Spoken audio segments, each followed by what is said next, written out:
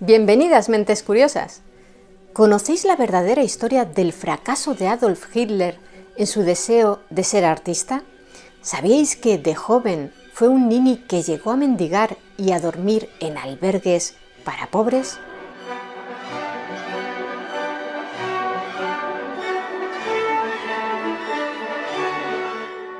En cuanto escuchamos el nombre Adolf Hitler, nuestra mente se llena de imágenes de mítines incendiarios, concentraciones de masas fanáticas, campos de exterminio y muerte. Pero antes de hacerse con el control de Alemania y desatar una guerra mundial, una de las personas más odiadas de la historia tuvo una pasión pacífica, un amor que lo acompañó desde su infancia hasta su muerte: la pintura. De niño, cuando alguien le preguntaba qué quería llegar a ser, Adolf respondía siempre lo mismo: un gran pintor. En agosto de 1939, ya con 50 años y convertido en el hombre más poderoso de Europa, aseguró a Sir Neville Henderson, embajador británico en Berlín, que él era un artista, no un político, y que deseaba acabar sus días como artista. Unos días después, el 1 de septiembre, las tropas alemanas invadieron Polonia. Vayamos al punto de partida. ¿Cómo surgió el entusiasmo del futuro Führer por el arte? En su familia no había antecedentes artísticos. Su padre, Alois Hitler, era un severo y distante oficial del Servicio Imperial de Aduanas de los Habsburgo, un funcionario que consideraba un capricho infantil la afición de su hijo por el dibujo y la pintura. Su madre, Clara, casi 23 años más joven que su padre, de hecho era la tercera esposa de Alois, era una ama de casa afable y comprensiva que lo adoraba sin ningún interés por las actividades creativas. La pareja llegó a tener 6 hijos, aunque solo 2 sobrevivieron a la niñez. En cualquier caso, Adi, como lo llamaba su familia, fue un niño inquieto, testarudo y siempre con un lápiz en la mano. En clase desatendía a menudo las explicaciones de los profesores y se ensimismaba dibujando en sus cuadernos. Sin embargo, sus notas eran buenas y los maestros lo consideraban un alumno espabilado. Las cosas cambiaron cuando empezó su educación secundaria en la Realschule, la escuela práctica de la ciudad austriaca de Linz. Su padre deseaba que estudiara allí como primer paso para que su vástago acabara siendo lo mismo que él, funcionario de aduanas. Adolf accedió a hacerlo solo porque había una asignatura de dibujo, su pasión, la única en la que sacó buenas notas con regularidad. Repitió su primer curso y los profesores lo tenían por un vago. Además, su carácter se hizo más introvertido y sus enfrentamientos con su progenitor eran cada vez más frecuentes. Muchos años después, en 1925, Hitler justificaría su pésimo rendimiento académico en Mein Kampf, Mi lucha, el famoso libro autobiográfico en el que también expresó su ideología. En sus páginas escribió: «Creía que cuando mi padre viese lo poco que adelantaba en la Realschule, me permitiría dedicarme a mi propio sueño, le gustara o no». Sin embargo, son palabras que hay que tomar con cierta precaución, ya que los historiadores han descubierto numerosas inexactitudes y contradicciones en el relato autobiográfico de Hitler, cuando no mentiras descaradas. Pero regresemos a su adolescencia. El 3 de enero de 1903, un acontecimiento inesperado cambió la vida de los Hitler. Alois, el cabeza de familia, murió de forma repentina a los 65 años. Adolf, que no había cumplido aún los 14 años, se encontró así con un entorno mucho más favorable para sus intenciones de ser pintor. Además, el viejo funcionario jubilado dejó a sus descendientes en buena situación económica. Su viuda, Clara, iba a cobrar una pensión respetable y cada uno de sus hijos. En esos años, Adolf tenía una hermana pequeña y 2 medios hermanos, frutos de un matrimonio anterior del fallecido, percibirían anualmente 240 coronas, unos 1.600 euros de hoy en día. Los 4 hijos recibirían ese dinero hasta que cumplieran los 24 años o se ganaran la vida por sí mismos, lo primero que sucediera. Sin el autoritario Alois, el ambiente de la casa familiar se tornó pacífico y amable, pero lo que no cambió fue la relación de Hitler con los estudios. Siguió holgazaneando y pasando cursos con bastante dificultad. ¿Cómo sería que en el penúltimo año de secundaria le aprobaron el curso con una condición? Que no volviera a la escuela práctica de Linz al curso siguiente, el último antes de acceder a la universidad. Al aspirante a pintor le importó bien poco y aunque su madre lo envió a pasar un año internado en una escuela de la cercana ciudad austriaca de Steyr, siguió a lo suyo. Mejor leer y dibujar que estudiar. En el verano de 1905, Adolf, ya con 16 años, regresó al hogar materno en Linz. Llevaba buenas noticias. Si lograba aprobar un examen especial programado para aquel otoño, obtendría su título de secundaria. Su aspecto había cambiado de manera notable. En un retrato a tinta y lápiz que le hizo un compañero de clase, apellidado Stumberger, aparece como un joven que mira al horizonte, con bigote y el pelo bastante más largo que antes. Pero Hitler nunca llegaría a hacer aquel examen final. Durante el verano contrajo una infección pulmonar que lo mantuvo semanas sin ánimo ni fuerzas. El enfermo aprovechó la situación para persuadir a su madre de que lo más beneficioso para él era abandonar los estudios e ingresar en la prestigiosa Academia de Bellas Artes de Viena. Al menos ese es el relato que él mismo hizo correr. La verdad es que esta versión de los hechos, con infección pulmonar incluida, suena algo extraña, tanto que hay historiadores que la consideran una invención. Sea como fuera, enfermo o no, Adolf no apareció por el examen y se puso como objetivo entrar en la Academia vienesa. Pero no se dio ninguna prisa en hacerlo, porque durante 2 años Adolf se convirtió en lo que hoy llamamos un nini. Ni estudiaba ni trabajaba. Cómodamente instalado en la casa materna, se dedicó a leer, llenar cuadernos con sus dibujos, visitar museos e ir a la ópera. Fue precisamente en esta época cuando descubrió la música de Wagner, una de sus grandes pasiones. También le gustaba recorrer en solitario las calles de Linz, enfrascado en sus sueños artísticos y sus delirios de grandeza en los que ya había trazos de su antisemitismo y su nacionalismo radical. Fue entonces cuando conoció al que se cree que fue su único amigo de verdad, August Kubisek, el hijo de un tapicero. Tenían casi la misma edad y compartían ambiciones artísticas. Kubisek quería ser músico. Su temperamento era tranquilo y dócil, así que se convirtió en la persona ideal para escuchar las ardientes peroratas de Hitler, que seguía convencido de ser alguien especial. Y lo fue, aunque para mal y sin pinceles en las manos. En octubre de 1907, Hitler se decidió al fin a trasladarse a Viena y presentarse al examen que le abriría las puertas de la Academia de Bellas Artes. Gracias a la ayuda económica de su madre, contaba con dinero suficiente para pagar la matrícula y mantenerse al menos durante 1 año en la capital austriaca, ciudad que lo había fascinado cuando la conoció 1 año antes. Pero el dictamen de sus examinadores fue conciso. Prueba de dibujo insatisfactoria. ¿Os imagináis la decepción del joven bohemio?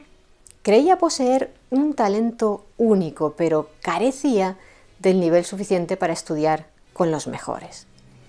Fue un golpe demoledor para aquel fantasioso muchacho de 18 años. En Mein Kampf, Hitler rememora sus quejas al director de la academia y lo que éste le respondió. Le dijo que los dibujos revelaban su falta de talento para la pintura y sus evidentes aptitudes para la arquitectura. Entonces, ¿por qué no dedicarse a la segunda disciplina? Porque era imposible sin tener el título de secundaria. ¿Y por qué no sacarse ese título de una vez? Nadie sabe por qué, pero ni siquiera lo intentó. El fracasado joven permaneció unas semanas en Viena, noqueado por el inesperado revés, sin saber qué hacer, deambulando por las calles y sin contactar con su familia ni con su gran amigo, Kubisek, al que siempre llamaba Goste. Los acontecimientos lo obligaron a volver a Linz, ya que su madre, enferma de cáncer de mama desde hacía tiempo, había empeorado. De hecho, falleció el 21 de diciembre de 1907, con 47 años. Se cerraba así un año desastroso para Adolf Hitler. Su sueño de ser pintor se tambaleaba y acababa de perder a la persona que más quería. Por cierto, ironías de la vida, el médico de la familia Hitler, que había estado cuidando a Clara y a veces sin cobrar nada dada la precaria situación de la familia en ese momento, se llamaba Edward Bloch y era judío. Y años más tarde, en plena persecución de los judíos por parte de los nazis, el propio Hitler le proporcionó inmunidad para que la Gestapo no lo molestara ni a él ni a su esposa en Linz mientras preparaban los papeles para emigrar a Estados Unidos. Pero volvamos a la juventud de Hitler. Tras el entierro de su madre, recibió muchas presiones de sus familiares para que abandonara sus ambiciones artísticas, buscara un trabajo de verdad y se ocupara de su hermana Paula, que solo tenía 11 años. No les sirvió de nada. Adolf iba a volver a Viena, seguro de que acabaría siendo pintor, por mucho que tuviera que luchar para lograrlo. Además, así se libraría de su aburrida y convencional familia. En febrero de 1908 estaba ya en Viena, instalado en la casa de una mujer mayor que alquilaba una habitación.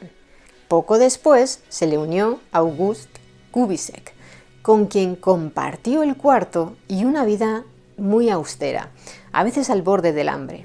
No tenían contacto con mujeres, ni al parecer lo buscaban, y eso ha llevado a muchas especulaciones sobre la relación de los dos chicos, sobre una posible relación homosexual entre ambos.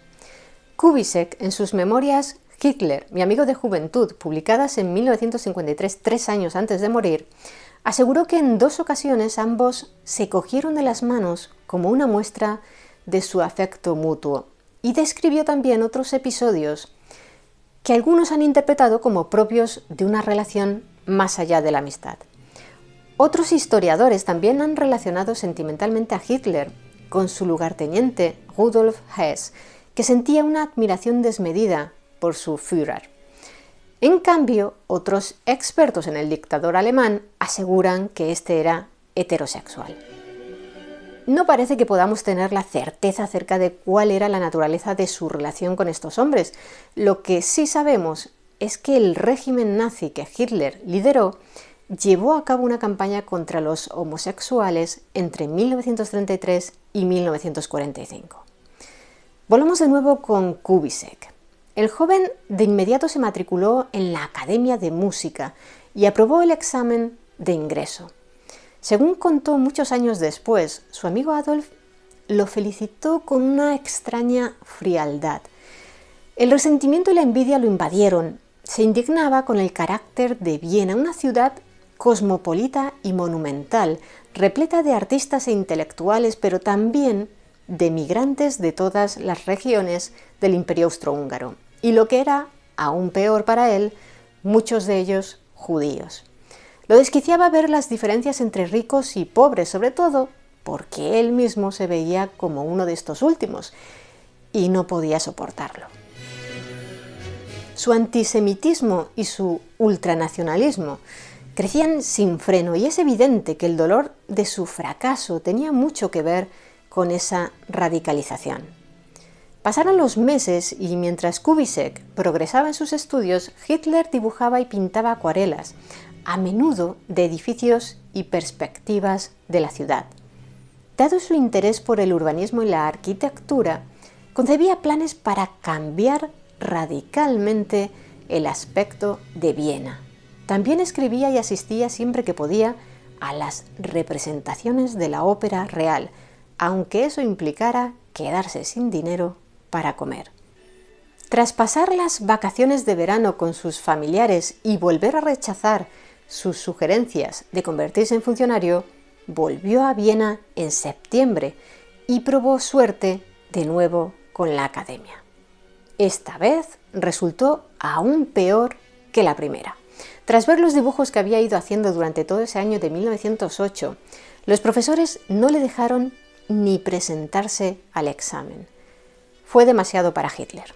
Abandonó su alojamiento sin ni siquiera despedirse de su amigo Gosté, que estaba en casa de vacaciones. Convertido en uno de los parias a los que tanto detestaba, malvivió en habitaciones cada vez más míseras hasta quedarse sin dinero.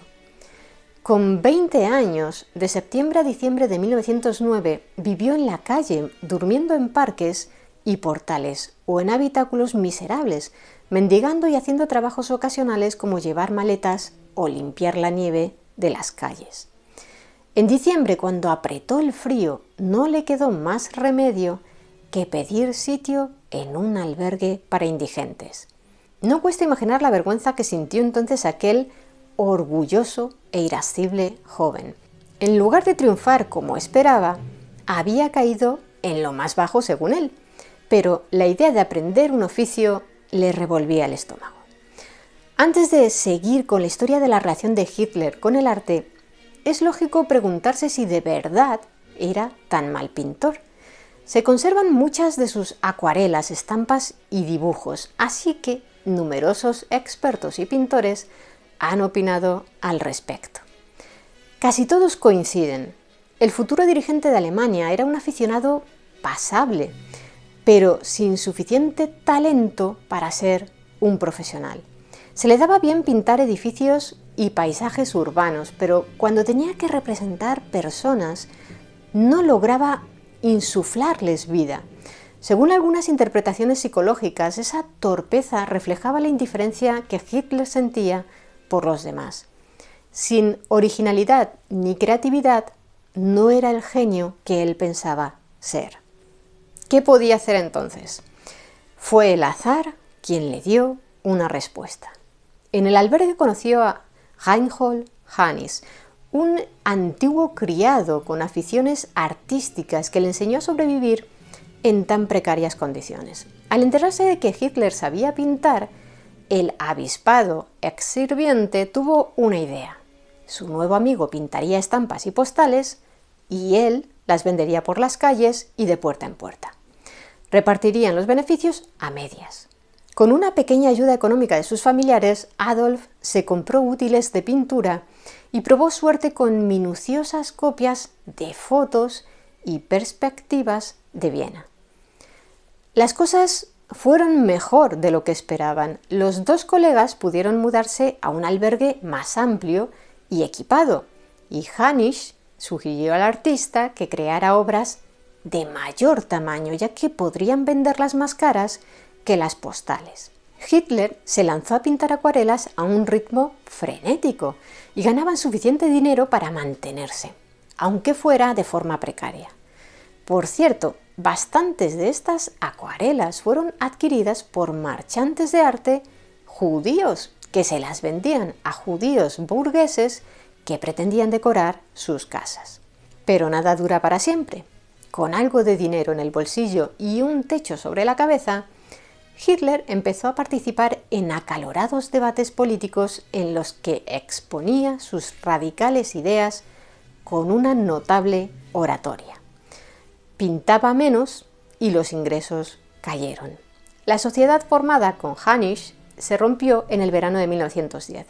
Durante los 3 siguientes años, el joven austriaco siguió enzarzándose en discusiones de taberna y viviendo de sus cuadros que ahora vendía él mismo. Su técnica pictórica había mejorado y entre las modestas ventas y las ayudas de su familia iba tirando. Irónicamente, muchas de sus creaciones las compraba otro marchante judío de arte, Samuel Morgenstern. En mayo de 1913, con 24 años recién cumplidos, Hitler se trasladó a Múnich. Al parecer pretendía estudiar pintura y arquitectura en la Academia de Bellas Artes de esa ciudad, pero no hay constancia de que lo hiciera.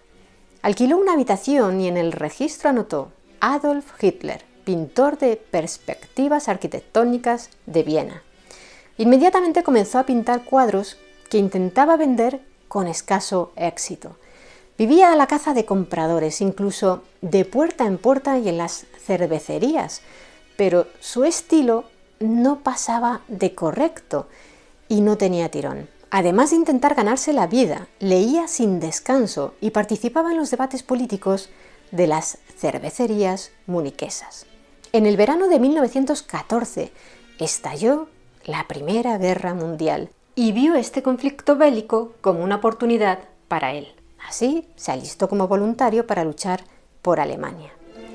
Lo admitieron, aunque un año antes el ejército austriaco, al que por cierto detestaba, lo había declarado no apto para el servicio militar. A los 25 años encontró al fin un rumbo en su vida, un sentido de pertenencia y, no lo olvidemos, comida y alojamiento. Fue destinado a Bélgica y se supone que debió demostrar valentía como soldado, ya que lo condecoraron con una Cruz de Hierro de primera clase, aunque aún se discute su verdadera actuación en el conflicto, ya que hay muy poca documentación al respecto. En las trincheras encontró hueco para dibujar caricaturas, paisajes, desolados campos de batalla. Fue su último contacto con su gran pasión en mucho tiempo. A mediados de octubre de 1918, ya muy cerca del final de la guerra, un ataque británico con gases asfixiantes lo dejó temporalmente ciego y lo llevó al hospital de Pasewalk, en el este de Alemania. Allí, con 29 años y maltrecho, conoció la noticia de la derrota, la abdicación del Kaiser Guillermo II y la proclamación de la República en Alemania. Furioso y convencido de que el desastre había sido fruto de la traición de los civiles, los socialistas alemanes y los judíos, decidió dedicarse a la política para restaurar la grandeza germana, vengarse de sus enemigos y acabar con el pueblo judío. A partir de ese momento, durante 14 frenéticos años, el arte desapareció de la vida de Hitler, entregado por completo a la política. Y fue subiendo escalones. En 1920 fundó el partido nazi de extrema derecha y tras las elecciones de enero de 1933, el presidente alemán Paul von Hindenburg lo nombró canciller. En agosto del 34, tras la muerte del presidente Hindenburg, Hitler logró que ese cargo, que acababa de quedar vacante, se fundiera con el suyo de canciller y pasara a ser conocido como el Führer, el líder de Alemania. Así fue como un nuevo régimen dictatorial, el Tercer Reich, dio comienzo. Ya como dictador consolidado, Hitler delegaba mucho en sus subordinados, excepto en la política exterior y en todo lo que tuviera que ver con el arte y la arquitectura, materias en las que se consideraba un experto. Como era de esperar, desde su posición de poder absoluto se encargó de promover el arte que le gustaba a él y a denigrar o prohibir el que le desagradaba o no encajaba con su ideología. Ya no pintaba, pero imponía lo que se debía pintar y cómo. Odiaba el arte moderno occidental, que consideraba decadente y contaminado, como no, por la influencia de los judíos y los bolcheviques. En ese campo entraban el surrealismo, el dadaísmo, el cubismo, el expresionismo o la pintura abstracta. Por cierto, entre esos autores considerados degenerados para los nazis, se encontraba el malagueño Pablo Picasso, que según contó en 1945, años antes, durante la ocupación alemana de París, uno de los generales de Hitler lo visitó en su casa y tras ver una foto del Guernica colgada en una pared, le preguntó: ¿ha hecho usted esto? Y ni corto ni perezoso, el pintor español le respondió: no, esto lo han hecho ustedes. En realidad no se sabe si es una anécdota que Picasso exageró o inventó, porque desafiar a un oficial nazi así le podría haber costado la vida. Como muchos sabéis, el Guernica es una obra que denuncia el bombardeo que sufrió la población vasca por parte de la Legión Cóndor alemana y la aviación legionaria italiana, que durante la Guerra Civil Española ayudaron a reforzar las posiciones de las fuerzas del bando sublevado contra el gobierno de la Segunda República. Como decíamos, Hitler y los suyos se quedaban con lo clásico y con todo lo que presentara a los alemanes como un pueblo ario puro, destinado a someter o exterminar a las razas inferiores y dominar el mundo. Había que transmitir a la gente esas ideas. Por eso, en julio de 1937, el partido nazi montó 2 exposiciones paralelas en Múnich, la ciudad donde comenzó su escalada al poder. La Gran Exposición de Arte Alemán tuvo lugar en la recién construida Casa del Arte Alemán, un enorme edificio neoclásico. Se exhibían retratos y bustos de Hitler, diversa parafernalia del Tercer Reich y esculturas y pinturas realistas, muchas destinadas a glorificar y mitificar la historia y el presente germanos. Familias sanas y felices, campesinos sonrientes, valientes y musculosos jóvenes, chicas hermosas como valquirias a veces desnudas, óleos historicistas del pasado alemán, y todo con mucha gente rubia y de ojos claros en los lienzos, claro. En los siguientes años se celebraron en el mismo lugar más exposiciones de este tipo. A esta primera exhibición de lo que los nazis consideraban arte sano, heroico alemán y comprensible para el pueblo, se contraponía la muestra El arte degenerado, instalada en el Instituto Arqueológico Municipal en los mismos días. Para montarla tuvieron que confiscar más de 600 cuadros modernos de los museos del país, entre ellos obras de Van Gogh, Picasso, Kokoschka, Matisse, Cézanne, Klee o Kandinsky, por citar unos pocos. Los lienzos se colgaron sin marco y de forma chapucera, junto a letreros que en lugar de explicarlos, los denigraban como muestras del ocaso de la civilización occidental propiciado por comunistas y judíos. Adolf Ziegler, pintor y alto cargo en la gestión cultural del Tercer Reich, describió la muestra diciendo: «Vemos alrededor de nosotros este engendro de la demencia, de la desfachatez, de la inutilidad y de la depravación».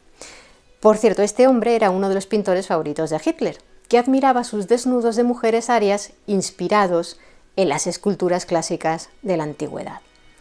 La exposición dio el pistoletazo de salida de la eliminación en Alemania del arte degenerado. Se estima que se confiscaron unas 20.000 obras de alrededor de 1.400 artistas para subastarlas, venderlas o simplemente destruirlas. En paralelo, Hitler daba rienda suelta a sus sueños arquitectónicos, o pesadillas, según se mire. Le ayudó mucho Albert Speer, un arquitecto que llegó a formar parte del círculo más cercano al dictador, hasta el punto de ser nombrado en 1942 ministro de Armamento y Municiones del Reich. Speer, por ejemplo, modificó el proyecto de la fachada del Estadio Olímpico de Berlín, donde se celebraron los Juegos de 1936. También diseñó el Campo Zeppelin, un complejo urbanístico en Nuremberg con un espacio abierto en el que podían reunirse más de 300.000 personas. Fue allí donde se produjeron las grandes concentraciones de militantes nazis que aparecen en el famoso documental propagandístico El triunfo de la voluntad, rodado por la cineasta y fotógrafa Leni Riefenstahl en 1934 por encargo del propio Hitler, que la admiraba. 2 años después le propusieron filmar los Juegos Olímpicos de Berlín, trabajo que condensó en otro documental titulado Olimpia y estrenado en 1938. Volviendo a la arquitectura, los megalómanos planes hitlerianos incluían una reforma total de Berlín, inspirada en Babilonia y la antigua Roma. La capital pasaría a llamarse Germania y sería el centro político y simbólico del gran imperio alemán. Hitler intervenía en los diseños de Speer, que incluían un arco del triunfo mucho más grande que el de París, una cancillería descomunal, avenidas ceremoniales de más de 5 kilómetros de longitud y un Capitolio, el Palacio de los Foros Populares, con medidas dictadas por el Führer, más de 200 metros de altura y una cúpula 16 veces más grande que la de la Basílica de San Pedro en Roma. La guerra interrumpió estos planes y algunos más.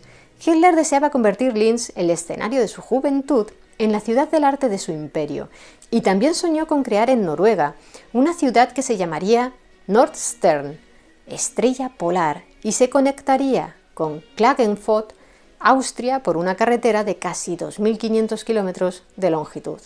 Speer seguía fielmente las instrucciones de Hitler y permaneció a su lado hasta pocos días antes de que el dictador, cercado en su búnker berlinés por las tropas rusas, se suicidara de un disparo en la cabeza junto a su esposa, Eva Braun.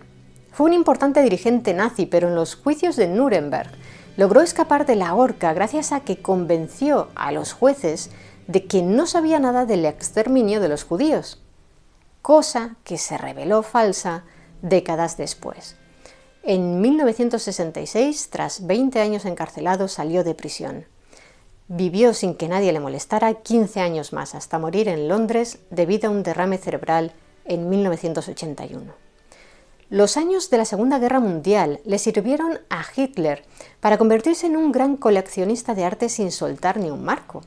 Al conquistar gran parte de Europa, los nazis accedieron a incalculables tesoros artísticos y bastantes acabaron en manos del propio Führer. Era el dueño de más de 4.000 cuadros, tapices, esculturas, porcelanas y muebles solo para sus ojos. Entre las pinturas había joyas de Tintoretto, Vermeer, Rubens, Rembrandt, los dos Bruegel, el viejo y el joven, y Delacroix. Sin embargo, no iba a disfrutar demasiado tiempo de su colección. La derrota bélica, culminada con la toma de Berlín por los soviéticos y su muerte el 30 de abril de 1945, hicieron que muchas de las obras que poseía pasaran a manos de coleccionistas privados y museos, para enfado de sus dueños legítimos. A otras se les perdió la pista y algunas sufrieron daños importantes o fueron destruidas. Quizá os lo estéis preguntando, ¿y qué pasó con las pinturas que hizo el propio Hitler? Muchas fueron confiscadas por los rusos y los estadounidenses, cuyos gobiernos las mantienen fuera de la vista del público. El resto se perdieron, se destruyeron o acabaron en colecciones privadas. Hace unos años, las obras del dictador volvieron a la actualidad. Esas creaciones que casi nadie quería cuando se pintaron han alcanzado precios bastante altos. En 2014, un coleccionista anónimo de Oriente Medio pagó 130.000 euros por una acuarela hitleriana. Un año después, una subasta celebrada en Alemania recaudó casi 400.000 euros por 14 acuarelas y dibujos del Führer. Estas ventas públicas continúan, aunque los especialistas advierten de que muchas de las pinturas atribuidas a Hitler son falsificaciones.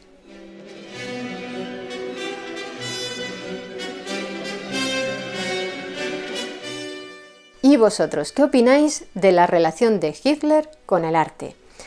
¿Creéis que si hubieras llegado a ser pintor, el nazismo jamás habría existido y tampoco habría estallado la Segunda Guerra Mundial?